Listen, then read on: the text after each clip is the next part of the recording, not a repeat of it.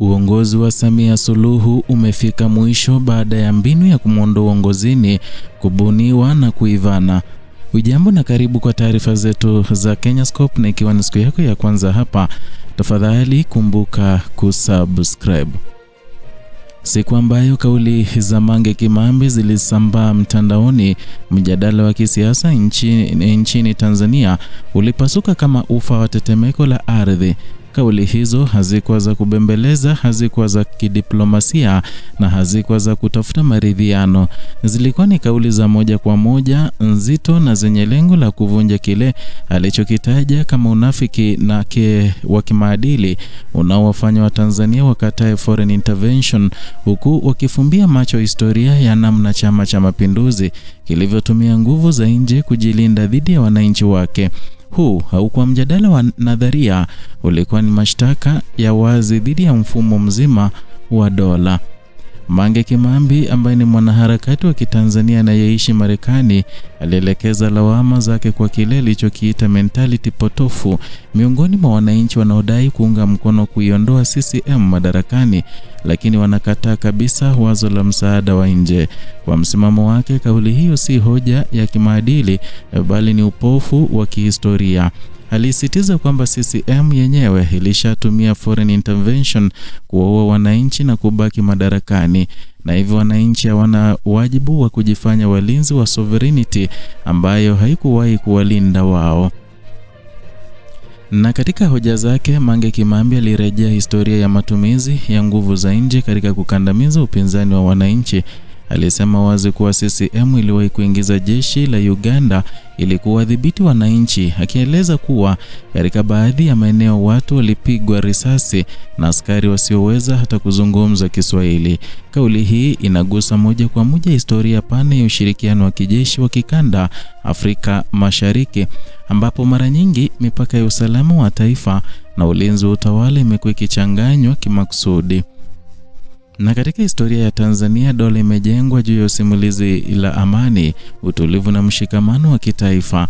Hata hivyo, simulizi hilo limekuwa likiporomoka kila kunapojitokeza madai ya matumizi ya nguvu kupita kiasi dhidi ya raia.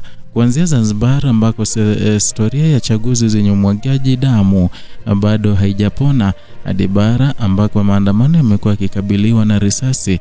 Mazingira haya yanaipa hoja ya Mange Kimambi uzito wa kihistoria unaovuka hisia binafsi. Mange Kimambi aliendelea kusisitiza kuwa foreign intervention haikuishia kwenye ushirikiano wa kikanda pekee. Alitaja moja kwa moja falme za Kiarabu kama nchi iliyowasaidia CCM kwa kuwasambazia silaha. Na katika muktadha wa kimataifa, madai haya yanaingia katika mjadala mpana wa kibiashara ya silaha barani Afrika, ambapo tawala zimekuwa zikinunua zana za kijeshi kwa kisingizio cha kulinda usalama wa taifa, lakini mara nyingi zikitumia silaha hizo dhidi ya raia. Tanzania haipo nje ya mwelekeo huu wa bara, hasa katika vipindi vya msuguano wa kisiasa.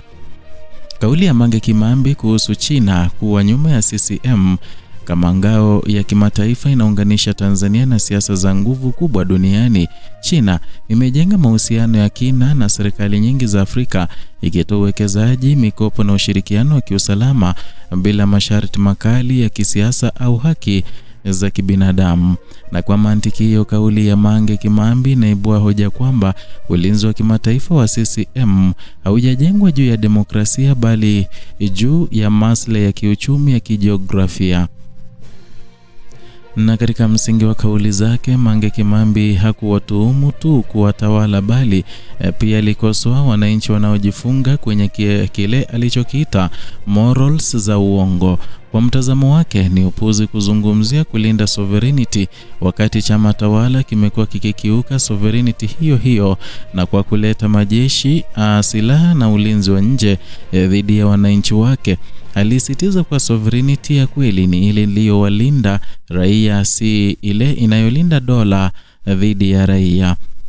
Hoja ya kuchanganya nguvu za ndani na nguvu za nje kama alivyosema Mange Kimambi inaingia moja kwa moja kwenye historia ya harakati ukombozi duniani. Mataifa mengi yalijinasua kutoka katika tawala dhalimu kupitia shinikizo la ndani iliyoungwa mkono na msukumo wa nje. Na katika muktadha wa Afrika, vikwazo vya kiuchumi, mashinikizo ya kidiplomasia na mswada wa kimataifa vimewahi kubadili mwelekeo wa tawala, na kauli ya Mange Kimambi inaiweka Tanzania ndani ya mjadala huu wa kihistoria, si kwa kisiwa cha kipekee bali kama taifa linalokabiliwa na mifumo ile ya madaraka. Na kwa kusisitiza elimu ya kitaifa, Mange Kimambi alitoa wito wa kuelimishana nchi nzima kuhusu uhalisia huu, na huu haukuwa wito wa ghasia bali ni wito wa kuvunja hofu na uongo unaozunguka mjadala wa siasa za Tanzania. Alionyesha wazi kuwa bila mabadiliko ya fikra, hata mapambano ya ndani yatabaki dhaifu kwa sababu yanapambana na mfumo unaolindwa ndani na nje. Katika miaka ya karibuni, mashirika ya kimataifa ya haki za binadamu yameendelea kuangazia Tanzania kwa wasiwasi, yakieleza kubanwa kwa uhuru wa kujieleza, kukamatwa kwa wapinzani na matumizi ya nguvu za dola. Hata hivyo, ukosoaji huu mara nyingi umekuwa tahadhari bila hatua kali za kimataifa.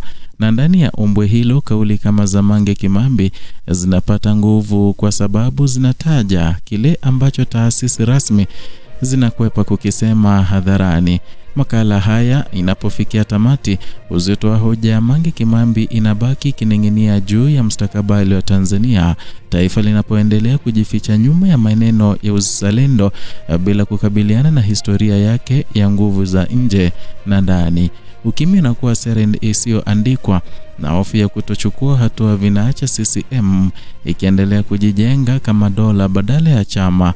Na kama kauli hizi zitaendelea kupuuzwa, basi Tanzania inaelekea kwenye mustakabali ambako sovereignty itabaki kuwa neno tupu, huku maamuzi makubwa yakifanywa kwa mchanganyiko wa nguvu za ndani na mikono ya nje, mbali na sauti ya wananchi. Ni hayo tuliyokuwa tumekuandalia kutoka hapa Kenyascope, channel yako pendwa inaokuletea taarifa hizi pamoja na zingine kwa kina bila kupindisha wala kuegemea upande wowote. Zidi kuwa nasi na zidi kutusupport kwa kusubscribe, kulike na kushare video zetu ili tuweze kuwafikia ndugu, jamaa, marafiki na wote ambao hawajapata taarifa hizi.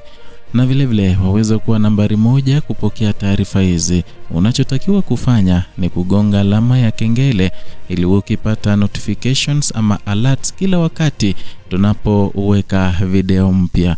Kwa kuwa hapa hatuegemei upande wowote na tunakuletea uchambuzi wa kina na kukujuza mambo jinsi yanavyochipuka katika nyanja zote na kutoka maeneo yote ya Afrika Mashariki.